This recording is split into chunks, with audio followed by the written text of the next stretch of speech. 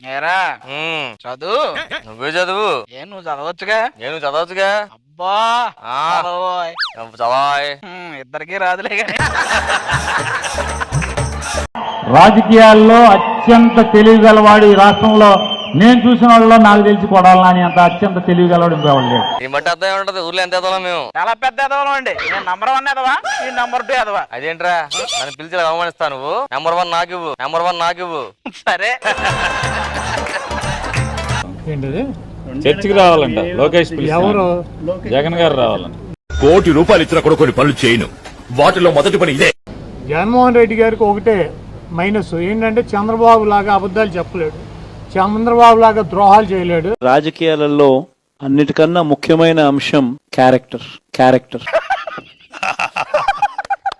ఈ సినిమాలో పెద్ద కామెడీ డైలాగ్ ఇదే. ఈ వయసులో ఇంత కర్మ ఎండ్రాలర్ తెలుగుదేశం పార్టీ దేని పెట్టాడు? తెలుగువాడి ఆత్మ గౌరవం అని పెట్టాడు. ఆ విషయం మాకు తెలుసులే. ఆత్మగౌరవాన్ని ఏం చేసావు నువ్వు?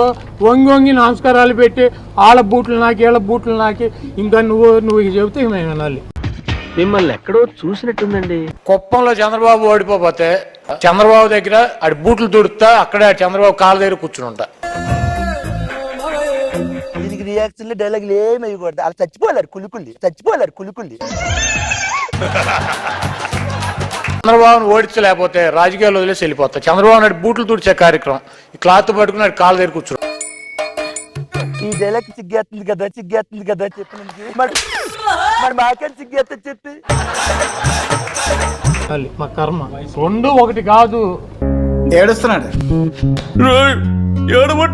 ఏడవట్లేదా? కన్నీళ్లు గారి ప్యాంటు కూడా తడిచిపోయింది, ఏడవట్లేదంట.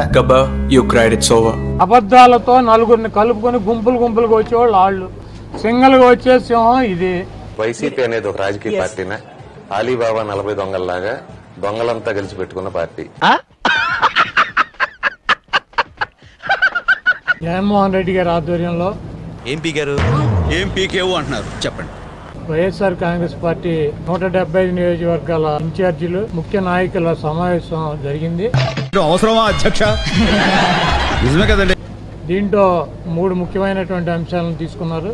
అబ్బో బాబు ఏమేమి వెన్నుపోట్లు పొడిచాడు అన్నటువంటి ఒక పాంప్లెట్ ను కూడా రిలీజ్ చేశాము. అది మడిచి ఎక్కడ పెట్టుకోవాలో నాకు బాగా తెలుసు, నాకు అలవాటే. లోకల్ బాడీల్లో ఒక్క సర్పంచ్ గాని ఒక వార్డు మెంబర్ కూడా యునానిమస్ గా వదలడానికి వీల్లేదు.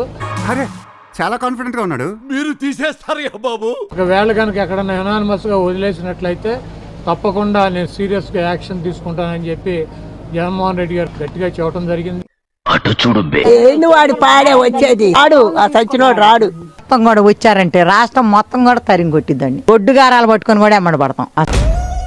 ఇట్ట తయారయ్యేనే మీరంతా సీరియల్ కిల్లర్స్ లాగా. స్థానిక సంస్థల ఎన్నికల్లో వైఎస్ఆర్సీపీ తరఫున పోటీ చేసేటువంటి అభ్యర్థులకి పూర్తి సహాయ సహకారాలు అందించు.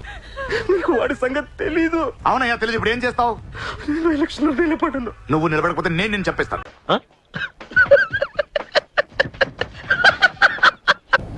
సూపర్ 6 అని చెప్పి హామీ ఇచ్చి దాన్ని 6లో పైన కొమ్మే కదా అని చెప్పి అది తీసి సూపర్ 0 చేశాడు. తొక్కలది ఏం చెప్పారండి? ఇలాంటివి 1,00,000 చెబుతా. ఆ సూపర్ 0 హామీలను ఎలా వెన్నుపోటు పొడిచాడు ఈ 2 సంవత్సరాలు ఇవన్నీ కూడా ప్రజలకు వివరించి రేపు 4 నుంచి 12వ తారీఖు వరకు చెప్పమన్నారు. కాబట్టి ఈ రాష్ట్ర ప్రజలు చాలా క్లారిటీగా ఉన్నారు. వాడి జన్మలో రాడు. చెప్పు తీసుకు కొడతా నేనైతే. వాడు ఏమైనా కేసులు పెట్టుకొని చెప్పుతో కొడతా వాడిని కొడతా.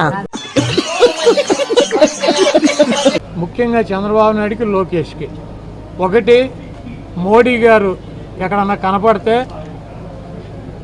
వంగిపోవటం. ఇంకా వరస్ట్ 32 కేసులు ఉన్నాయి. ఆయన ఏం చేయగలడు? మసాజ్ చేస్తున్నాడు మోదీకి వెళ్ళి. చూడట్లేదా? ఇట్స్ నాట్ ఏ జోక్ అండి.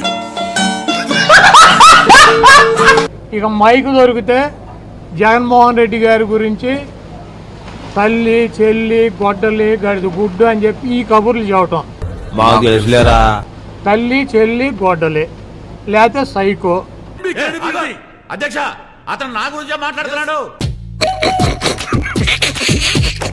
లేకపోతే వాళ్ళు కనబడితే లేకపోతే ఇట్ట ఈ డ్యాన్సులు ఈ సొల్లు కబుర్లు తప్పించి 2 సంవత్సరాల్లో చంద్రబాబు నాయుడు గారు చేసింది ఏంటి ఈ రాష్ట్ర ప్రజలకి? నువ్వెవడరా మధ్యలో? అసలు నువ్వెవడేరా మధ్యలో? పట్టుకుని గొడ్డల పార్టీ గుడ్డు పార్టీ అని చెప్పి తిడతాం. ఈ రాష్ట్ర ప్రజలు చంద్రబాబు నాయుడు దరిద్రం ఎప్పుడు వదులుతా అని చెప్పి ఎదురు చూస్తున్నారు. నీకు జగన్ రాడు, ఏ కోశానా రాడు. ఆయన నేను తిరిగి వస్తాను, ప్రజలందరూ నన్నే కోరుకుంటున్నారు.